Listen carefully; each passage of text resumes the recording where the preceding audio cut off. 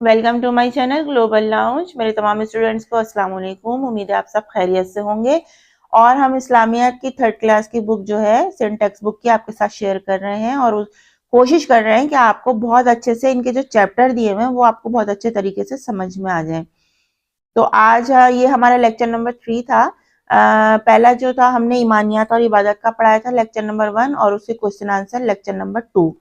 और हमने आपको ये बताया कुरान मजीद का तारुफ, ये हमारा था लेक्चर नंबर 3। और अब हम आ गए हैं लेक्चर नंबर 4 पे। तो यहाँ पर हम लिख रहे हैं अपना लेक्चर नंबर 4। ठीक है। अच्छा, आज हमने क्या करना है, अपने क्वेश्चन आंसर लेने हैं और उनके ऊपर निशान लगाने, क्योंकि अब आप बड़े हो गए, बड़ी क्लास में आ गए, 3 क्लास में। अब कॉपी पे आपको क्वेश्चन आंसर लिखने की जरूरत नहीं है, दिखाने की। तो हम आपको इसमें ही आंसर मेंशन कर देंगे, तो आप उसी पे अपने क्वेश्चन यहाँ से लिख के और आंसर यहाँ से उतार सकते हैं। मश्क की तरफ आ जाते हैं। अच्छा, याद रखें कि ईमान का मतलब है किसी बात को सच्चे दिल से मानना, इस पर यकीन रखना और जबान से इसका इकरार करना।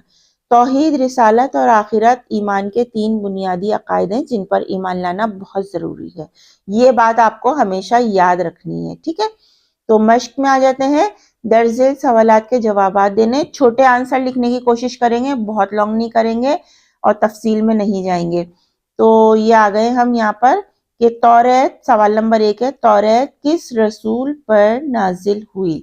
अच्छा, अब यहाँ पर आप पेज पलट लीजिए और ये देखें तौरात जो है, देखें ये लिखा हुआ है। पहले का जवाब हम यहाँ से लिखेंगे, तौरात हजरत मूसा अलैहिस्सलाम पर नाजिल हुई।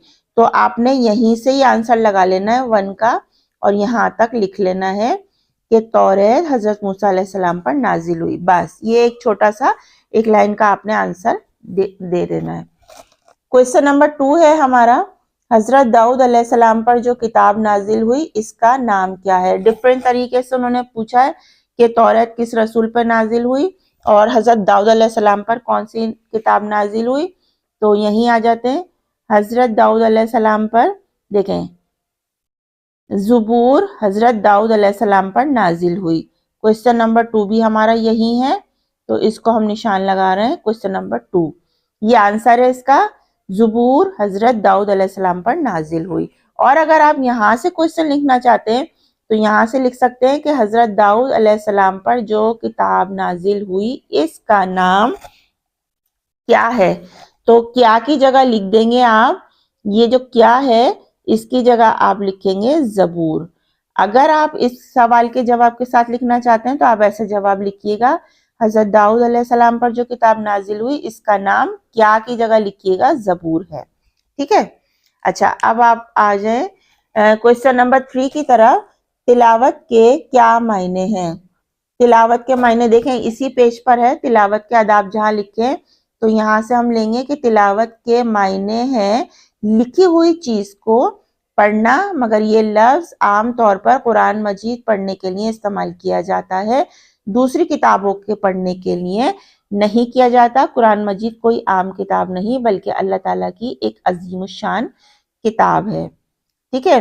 तो इसीलिए हम इसे आम किताबों की तरह नहीं पढ़ना चाहिए। तो यहाँ तक ले लें, अजीम शान किताब है, यहाँ तक रोकते हैं, यहाँ से आंसर लगाएंगे हम क्वेश्चन नंबर 4 नहीं 3, सॉरी क्वेश्चन नंबर ये 3 का जवाब है, 3 मेंशन कर देते। ठीक है। ये हमारे तीसरे सवाल का जवाब है, तिलावत के क्या मायने हैं, इसका आंसर यहाँ पर है। चौथा सवाल है हमारा, तिलावत के आदाब में से कोई भी 3 आदाब बयान करें। आप कुछ भी आदाब लिख सकते हैं। तो तिलावत के कुछ आदाब हैं जो दर्ज झेल हैं, यहाँ से आप इसके जवाब लिखेंगे।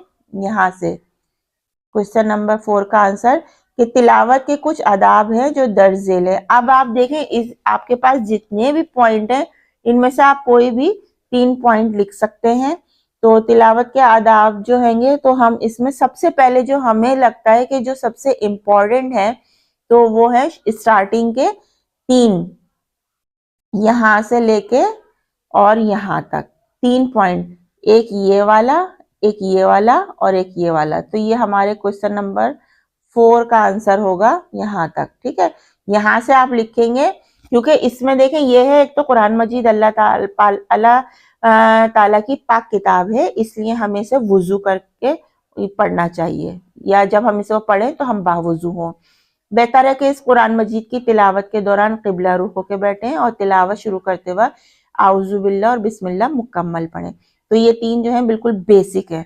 बाकी आपको इसको ऊंची जगह रखना, ठहर ठहर के पढ़ना और आराम से तजवीद के साथ पढ़ना, खूबसूरत आवाज में पढ़ना, ये सारी बातें हैं।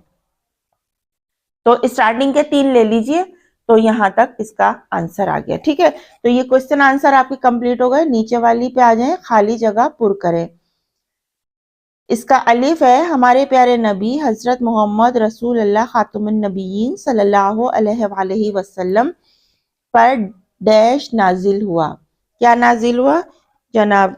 फिल इन द ब्लैंक्स भर लेते हैं, यहाँ पे पतला मार्कर ले लेते हैं।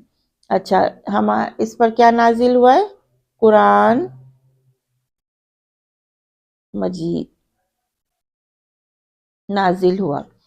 कुरान मजीद का एक एक हुरूफ पढ़ने पर डैश नेकियों का सवाब है, 10। एक हुरूफ पढ़ने पर 10 नेकियों का सवाब है। अच्छा, यही कुरान पाक की तिलावत आप जब रमजान के महीने में करेंगे, आगे हम आपको पढ़ाएंगे, जब आप रमजान में करेंगे तो 10 के बजाय 30 नेकियों का सवाब मिलता है। रमजान में डबल हो जाता है सवाब। कुरान मजीद की तिलावत के लिए हमें डैश करके पाक होना चाहिए जनाब, वुजू करके। ठीक है, तो ये देखें, इंजील हजरत डैश पर नाजिल हुई। यहाँ हमने आपको दिखाया था इंजील किस पर नाजिल हुई थी? हजरत ईसा अलैहिस्सलाम पर। इंजील हजरत ईसा अलैहिस्सलाम पर नाजिल हुई। ठीक है, अच्छा ये हो गया आपकी फिल इन द ब्लैंक्स और क्वेश्चन आंसर हो गए हैं कंप्लीट। और अब हम आ जाते हैं, ये है हमारा कॉलम 1 के अल्फाज को कॉलम 2 के मुनासिब अल्फाज से जुमले मुकम्मल करें मिला के। अच्छा, ये कॉलम 1 है और कॉलम 2, इसमें क्या है? हजरत मोहम्मद रसूलुल्लाह सल्लल्लाहु अलैहि वसल्लम पर अच्छा जो जो उनके ऊपर नाजिल हुई हैं किताबें, तो उसके ऊपर आपको एरो का निशान लेकर जाना है। ठीक है, तो इसको हम कर लेते हैं, मोटा मार्कर लेते हैं ताकि आपको अच्छे से नजर आए। हजरत मोहम्मद मुस्तफ़ा सल्लल्लाहु अलैहि वसल्लम पर कुरान मजीद नाजिल हुआ, तो यहाँ से हम लेते हैं कुरान मजीद पे। ठीक है, यहाँ पे कुरान मजीद नाजिल हुआ, एरो का निशान हमने मेंशन कर दिया। हजरत ईसा अलैहिस्सलाम पर इंजील नाजिल हुई, यहाँ से लेंगे हजरत ईसा अलैहिस्सलाम पर इंजील नाजिल हुई। हजरत मूसा अलैहिस्सलाम पर तौरात नाजिल हुई थी और ज़बूर जो थी, हजरत मूसा अलैहिस्सलाम पर तौरात नाजिल हुई और हजरत दाऊद अलैहिस्सलाम पर ज़बूर। तो हजरत मूसा अलैहिस्सलाम पर तौरात, तो यहाँ से हम ले लेते हैं, ये देखिए एरो का निशान, हजरत मूसा अलैहिस्सलाम पर तौरात नाजिल हुई और ज़बूर जो है वो हजरत दाऊद अलैहिस्सलाम पर नाजिल हुई। ठीक है, ठीक है, ये आपकी एक्सरसाइज कंप्लीट हो गई। आई थिंक ये आगे नया चैप्टर है, नया लेक्चर स्टार्ट होगा आपका। जी, इसका जीम वाला हिस्सा हम नेक्स्ट 5 लेक्चर में पढ़ेंगे। ठीक है, अच्छा ये आपका चैप्टर कंप्लीट है, उम्मीद है आपको बहुत अच्छे से समझ आ गया होगा। तो इसके आपने क्वेश्चन आंसर करने हैं और इसके बाद आपने इसकी फिल इन द ब्लैंक्स करनी है और ये आपकी एक्सरसाइज कंप्लीट हो गई है। तो जिन बच्चों को क्वेश्चन आंसर लगाने में मुश्किल हो रही है या वो क्लास में किसी तरह पीछे रह जाते हैं और उनको आंसर नहीं पता चलता, तो आपको आप किसी से होमवर्क मांगने की या सवाल जवाब पूछने की ज़रूरत नहीं है। आप यहाँ चैनल के थ्रू इसमें अच्छे से आंसर्स भी देख सकते हैं और एक्सरसाइज भी कर सकते हैं।